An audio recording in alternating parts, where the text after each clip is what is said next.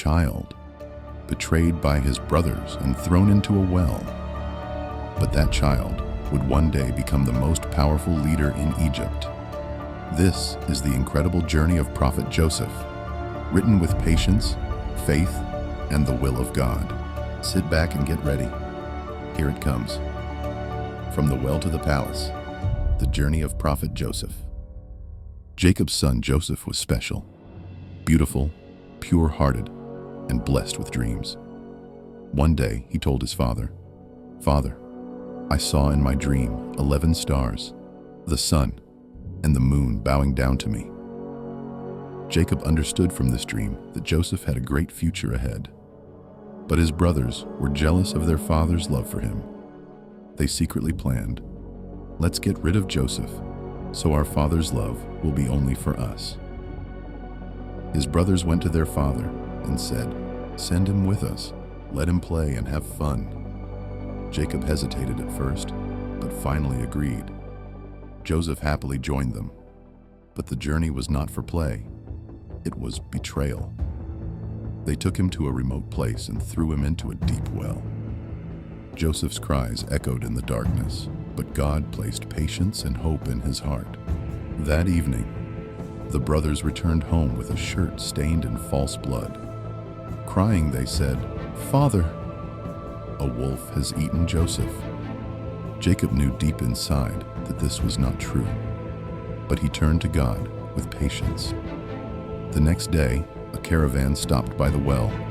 They lowered a bucket to draw water. But instead of water, they pulled up a child. Joseph was saved, but he was taken to be sold in the market. In Egypt, a powerful man bought him and said to his wife, "Take good care of him. Perhaps he may benefit us, or we may adopt him as a son." Joseph grew up, shining with wisdom and honesty. But his greatest trial was yet to come. The lady of the house desired Joseph. She locked the doors and came close to him.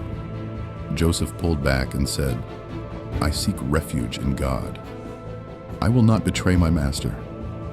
She chased him as he ran to the door, and his shirt was torn from the back. At that very moment, they found her husband at the door.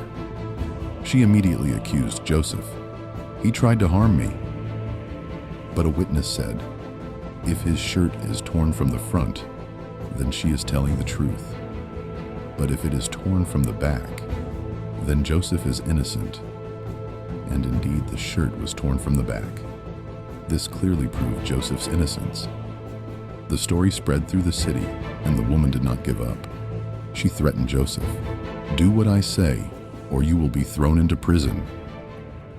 Joseph chose patience and said, "My Lord, prison is dearer to me than what they call me to." And so Joseph was unjustly thrown into prison, but even there, he shone with wisdom, interpreting the dreams of the inmates.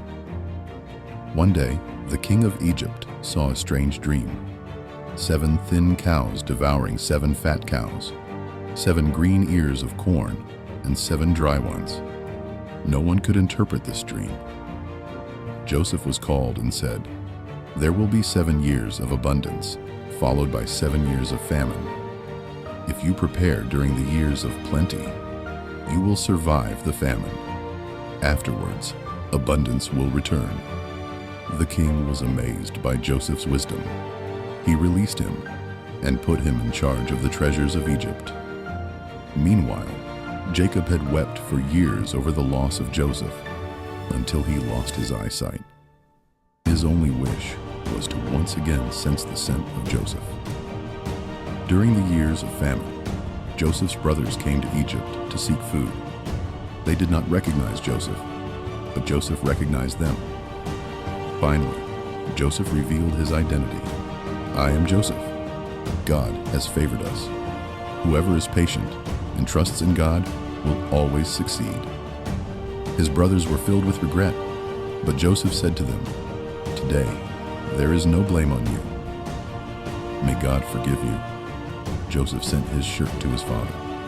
When it was placed over Jacob's face, his eyesight returned, and after many years, father and son embraced once again. The The story of Joseph reminds us the well, the false accusations, the prison, the years of separation. All were tests. But God's plan is always the greatest.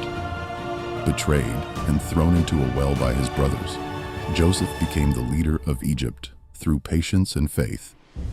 If you were in Joseph's place, would you forgive your brothers? If you found this story inspiring, don't forget to subscribe to the channel, like the video, and share your thoughts in the comments. Let's grow and learn together. See you again in the next story, inshallah.